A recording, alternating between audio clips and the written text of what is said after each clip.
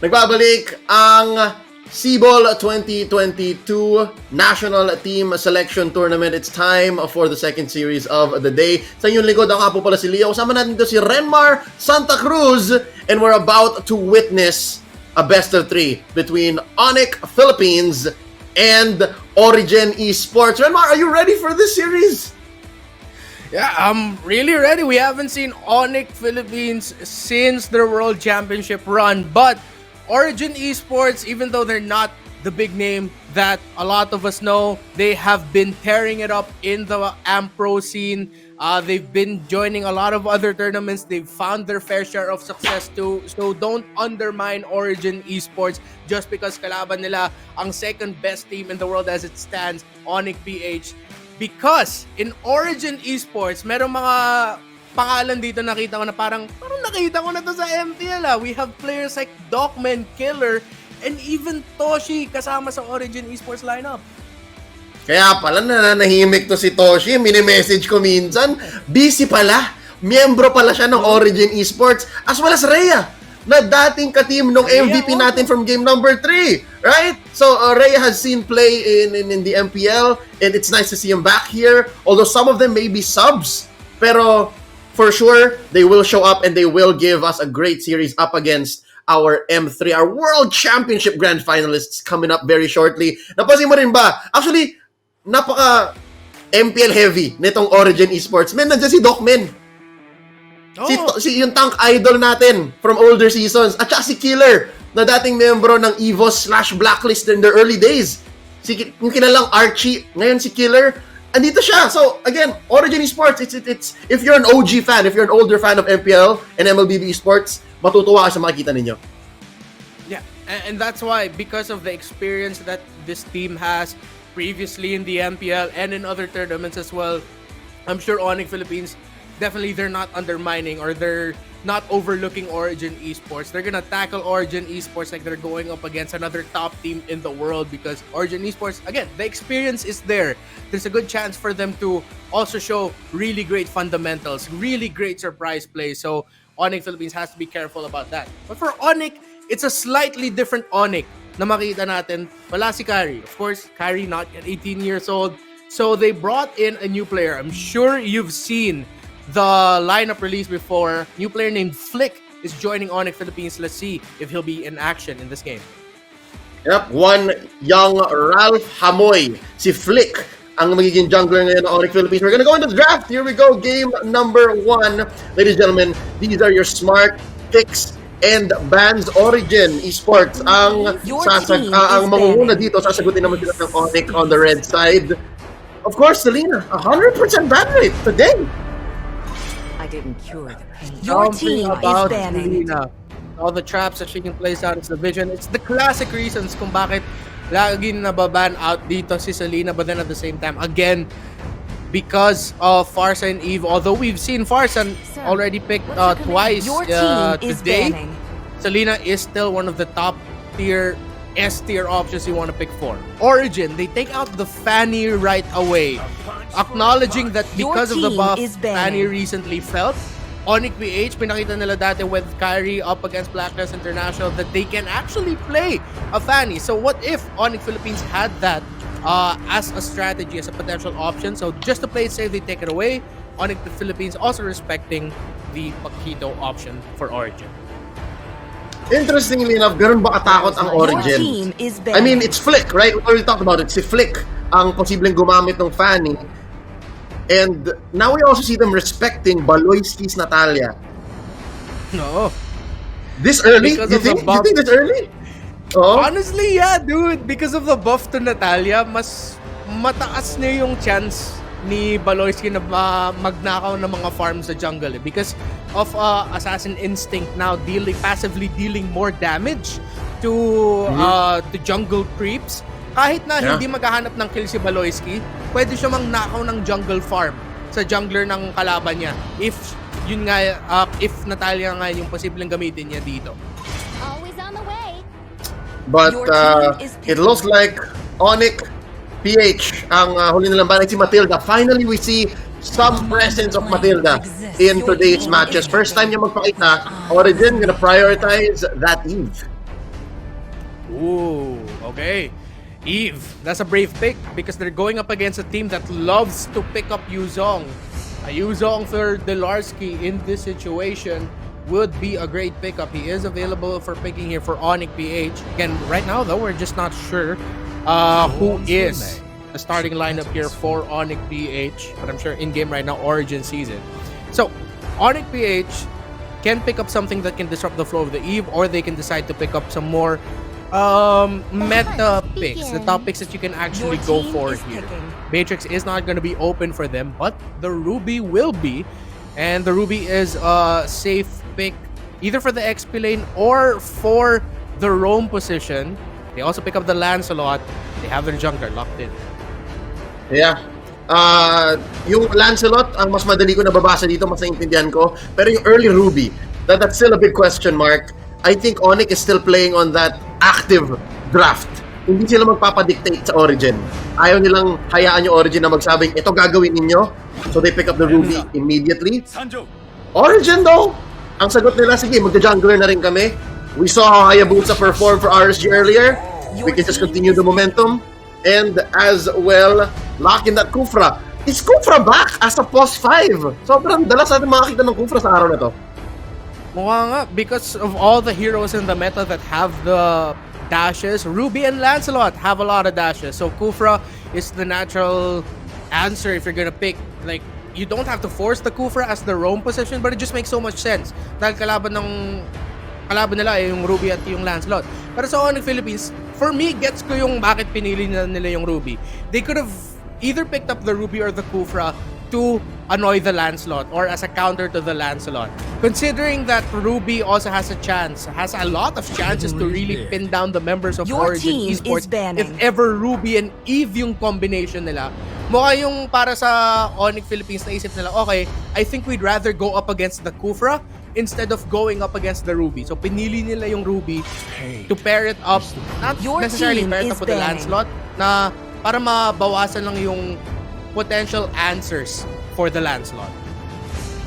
Going into the second phase, pagkatapos sa ma-pick up ng ONIC PH, yung Clint, baba nila yung Brody, that again is a solid answer to most assassins even from the gold lane, no? So, tatanggalin nila ng choice dito ang Origen. Ano pang nakikita sa Origen? Pwede silang mag-Lilia, pwede silang mag-Lunox, pwede silang mag-Claude. Claude is still very good. And ito, Redma, I almost thought we forgot, pero tinaman ko, Glue, seeing it to the second phase.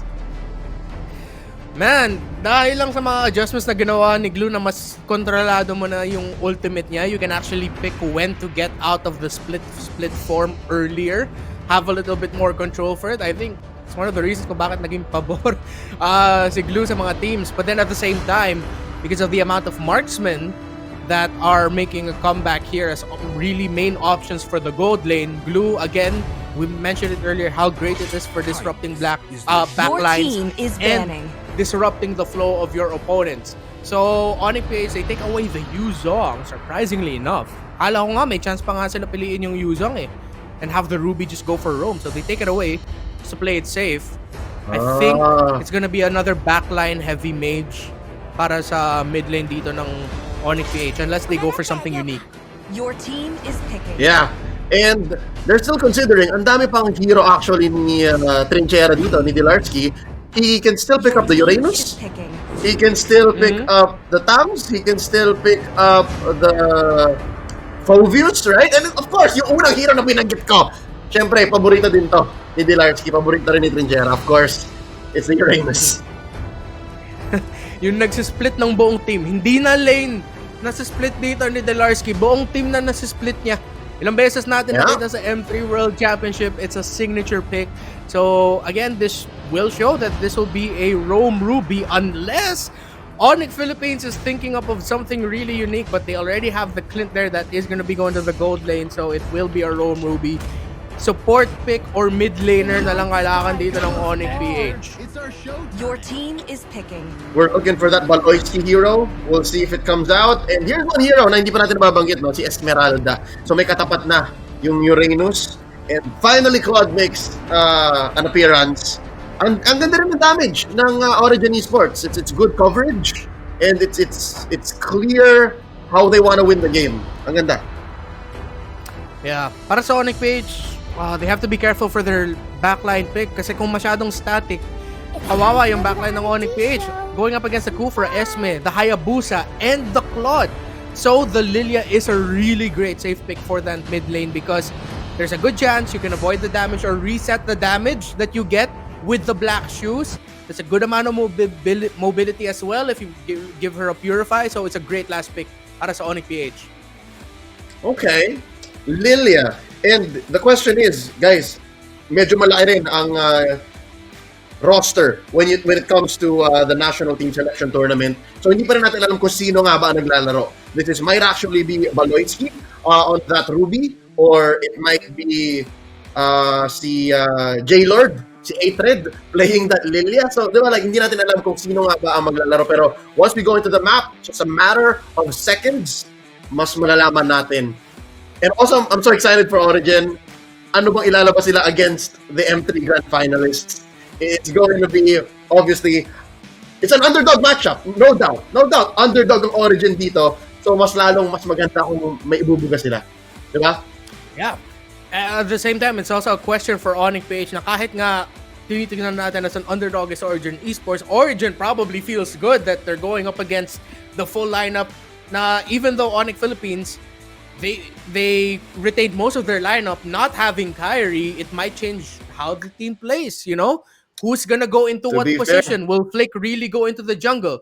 What if Hate actually goes back to being a jungler for this one, but they're trying to get him used to playing in the mid lane? Daming tanong pa sa lineup dito ng ONIC PH if they're gonna be able to make it work and make that chemistry flow.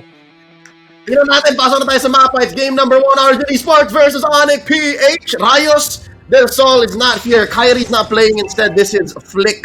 So, let's see. Instead, no, Flick is sitting out. You're right. Si J-Lord naglalaro. Hatred on the Lancelot. Ranmar. Hate is back in the jungle and Bimo playing the 5 for ONIC PH. So this is similar to a lineup we saw them play in MPL Philippines Season 8. So instead of trying something completely new or something that might change, this was still a really solid lineup they have. It's the HBD combo. Si Hatred, Bimo, at si Delarski na sa mapa. HBD indeed.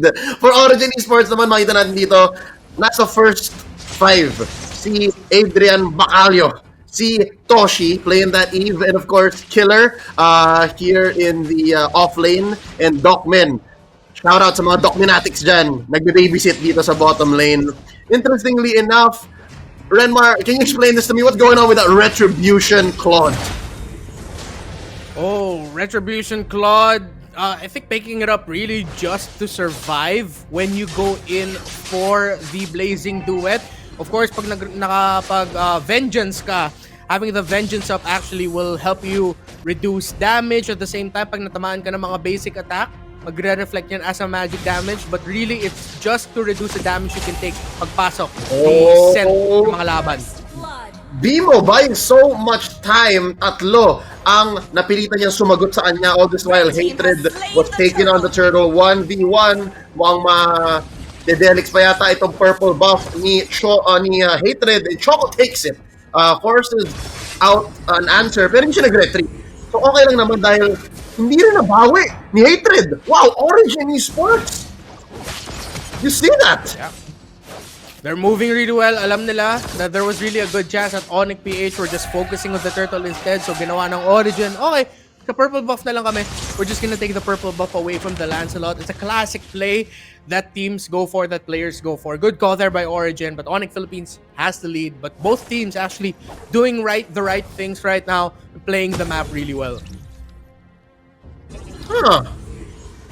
Now I'm questioning kung worth it ba yun. Libreng turtle para sa purple. Kailangan ng Lancelot yun. Let's see how Hatred will recover. Now look at this deep cut by Trinchera Delarski using that Uranus kit this early on. Siyempre, confident na siya eh. Meron siya Purify, meron siyang Consecration. And in mid, mukhang may masamang plano. Docman catches one. Si Bimo na naman muli. Here comes the real revelation. That's Toshi keeping them in place. Down goes Bimo. Choco mababawian. And Green Baloyski takes him down. Here comes Delar! Yun yung idea niya! Here comes Delar! And Dogman, kakain siya ng isa pang Ionic Edge! Plus, the Phantom Execution! Conquer on through, down goes the Kufra. Killer, still alive. Interesting exchange. ONIC comes out on top though.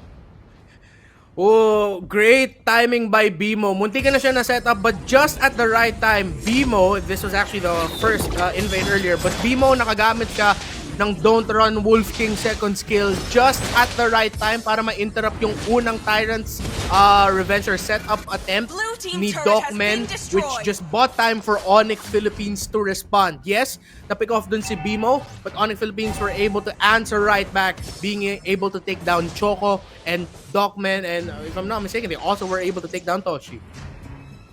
This is the second turtle up. Tingnan natin kung same pa rin ba yung priorities ng ONIC PH. And nice jump in by Docman. Pero hindi ba yung burst? Hatred! Inuhog si Toshi! At babagsak na rin yata dito si Docman. Double kill for Daylord! And just like that, open na open ang pagong. The burst damage galing sa Thorned Rose ni Hatred. The burst damage coming in from Greed. And again, Bimo. This is why I think they're loving the Ruby pick and they're willing to take it up over the Kufra, knowing that Origen Esports most likely Kufra pipiliin nila. You can interrupt Kufra for like a split second or at least a second with 1 second skill na ginamit ni Ruby. Ma-interrupt mo yung flow ni Docman na mag-set up. Yep. So, maganda yung initiation, pero in the long run, kapag kontrolado mo yung flow ng laban, ONIC PH comes out on top, and not just in those small team fights, pati yung mapa eh. Again, Delarski doing Delarski things. He's moving between top and mid, kaya hindi rin makaporma masyado Origen. Now, Renmar, look at this. They're coming in underneath tier 1, and there's going to be a jump in, and yun nga, napigil yung pagtalaw ni Docman. Docman, he's already running back. And now it's Killer who's running away from 4 members of ONIC PH. Saan pupunta, Killer? My boy Archie destroyed by Baloy. Green gets a kill. 2 for none so far. Dediretsin pa ng ONIC. Papasok. Shadow kill. Choco. Pinasok. Phantom execution. Hatred. J-Lord. What you doing, boy? And there's the Blazing Duet. Hindi siya binuhay. No retribution. 4 na sunod-sunod na kill para sa ONIC PH. Ang laki kanina sasabihin ko, Renmar. Look at this dude. 4K gold lead. Naging 6.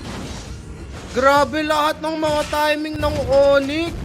Bimo, especially on that Ruby, yung unang play na ginawa niya, nag-flicker siya papasok sa Torre kasi alam niya, okay, gusto ko lang hulihin si Toshi, ma-interrupt at mahuli natin yung Eve. Nahuli nila yung Eve, not with a flicker ultimate palayo. Lumapit si Bimo muna using the flicker, tas nag-ultimate siya. Pagkatapos nun, nung pumasok dun si Choco sa 4 na miyembro ng ONIC Philippines, isang kita lang ni Bimo kay Choco, isang second skill lang na-interrupt kagad. He was brought down to 50% health, and ONIC Philippines still have this massive lead and massive control in the mid lane. Hindi pa sila tapos. Marky Capascio coming in from the east, and exactly right, Renmar, hindi pa sila tapos. I'm offended by Bimo. Ian Serio, what's good? Another double kill for Hatred. Si Choco, hindi pa natutunaw, napag-back pa. Pero ngayon, kumatok na sa bahay ng Origen Esports ang ONIC Philippines. They want to end this quick. Shades of ONIC PH from the early days of Season 8. Ganito sila tumapos ng laro, pero mas madami silang kills ngayon. They've learned the trick from M3. This is so brutal. Blue team base turret has been destroyed. Grabe ang ginagawa ng ONIC Philippines. Initiations by Bimo, the damage from Greed, Delarski, ito na. It's the Delarski show na hindi mo siya mapatumba. Oh! Pumapasok siya sa loob ng base. Kung kinaya niya, nakaisang Ionic Edge pa yon para mapatumba. Except, but right now, Origen Esports are struggling. Origen Esports kumakapit. Humihinga pa naman. Lord at 8 minutes. Maganda yung umpisa eh. Like the first 4 minutes of the game was good for both teams. Origen was rotating really well. Maganda yung mga ginagawa nila. Able, of course, giving up the turtle to be able to get that purple buff away from Hatred. But one play, one surprise team fight win for ONIC Philippines or skirmish win. Biglang nawala lang lahat yung flow ng Origen Esports. Nasakal na ang mapa ng Origen. But Clint, or sent, sorry, on the Claude is trying to open up the map. Makabasa siya ng Torres sa taas. Delarski though, still alive. Paano yung nangyari? How? Pinaulanan siya ng 4-5 ult. Wala. Nabuhay pa rin. Ang daming ult yun. Masigla. Ay, si Delar. Maliksi si Trinchera. Ladies and gentlemen, this is just what the Uranus does in the hands of a very capable athlete like Delar. Alright, so ngayon meron silang Lord in mid. Mukhang gusto nang tapusin to ng ONIC PH. Walang ult si Toshi, mind you, there's no real revelation. Let's see. Naghanap sila ng timing. Tatawag si Docman. Papasukin niya. Dalawa ang masastan. Pero sa may bandang likod, that's going to be a punish onto Hatred. It's a trade so far. 1-for-1 killer hinahabol dito ni Delar. Lord swinging away at the base. Marky, basag, Capascio. Isa pa. One more. Wala silang minions. And finally, game number 1 goes to ONIC PH. Wow. Victory! I am speechless. No, you're Renmar, but yes. Yeah. Thanks for the... Grabe naman yung dad joke. Yun. You're more. You're more than that. You're more than speechless. You're Renmar. But yes, amazing performance by ONIC. Sorry, wala ako naman yan. ONIC, again, I mentioned it earlier. Great start for Origen and ONIC. First 5 minutes, not just the 4 minutes, 5 to 6 minutes. One play, surprising it, and boom. I see Delarski, if I'm not mistaken, inuna niya ata either Dominance Eyes or Oracle, and then one of the last items he picked up was actually the Enchanted Talisman. Usually, we're used to seeing Uranus as pick up the Enchanted Talisman first, or they'll pick up the second item, but it was the third item. Dahil alam ni Delarski na, uy, maganda yung lead natin. Sige, mag-build muna ako ng sustain, ng defense, para mas mahirapan pa yung Origen dito saktan ako. Tapos doon ako pipili ng Enchanted Talisman. So it was a great itemization here by Delarski, but this was the good start I was talking about here for both teams. Hatred nakakuha ng unang turtle, but then it was ONIC Philippines, or Origen, who was able to get the purple buff away. But this was a great counterplay that happened early on. BMO, able to use the Don't Run Wolf King just in time to buy time, ma-interrupt si Docmen, and because of that, Delarski was able to respond, Hatred was able to respond, Toshi, Choco, and Docmen goes down. It's little things like that, the responses, the counter engages, paano sila umikot sa mapa, the rotations. Again, Docmen nakapag-set up, but he was able to set up, dapat kanina pa sa laban mag-set up si Docmen nung buhay pa yung mga miyembro ng Origen. But then, again, BMO, pagpasok ni Docmen, in-interrupt niya with just 1 second skill, bought enough time. BMO initiating that one, and kakakita lang natin to. That's how fast this game was. It was just like this, over and over again. ONIC found the opening, they never let go. Sila yung mga nag-initiate, they punished Origen when they tried to find an opening to get the game back or win back the fight, which is punish after punish, counter after counter, and ONIC, terrifying win, and an impressive win at that. Wow.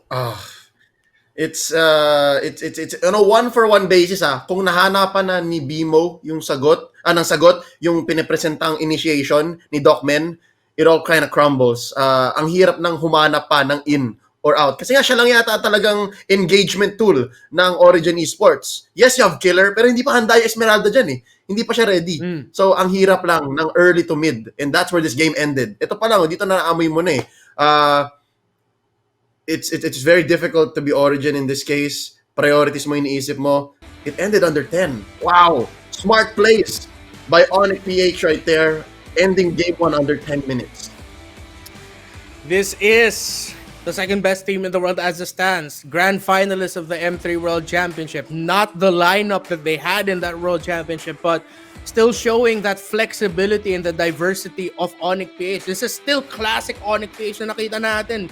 BMO playing together with Greed, rotating from the 4 and the 5. Hatred actually going back to the jungle, something we only saw that once or twice nung MPL Season 8. Actually, sobrang, I don't know, parang reunion yun, homecoming for Hatred. It's been a while, almost a year since he has played the jungle role. So, I'm happy for J-Lord here. Gonzalez really showed up. Yes, he kind of struggled in the first 2 minutes. But in 10 minutes, in a 10-minute quick game, ang ganda ng recovery at ang ganda ng finish. Ladies and gentlemen, game 1 pa lang yon. Tingnan natin kung makabawi pa ang Origen Esports, kung mahanapin nila ng butas itong very efficient and very aggressive playstyle ng ONIC PH. We're gonna be seeing game number 2 in just a bit. Stay with us. You're watching the SIBOL 2022 National Team Selection Tournament for MLBB. Don't go anywhere.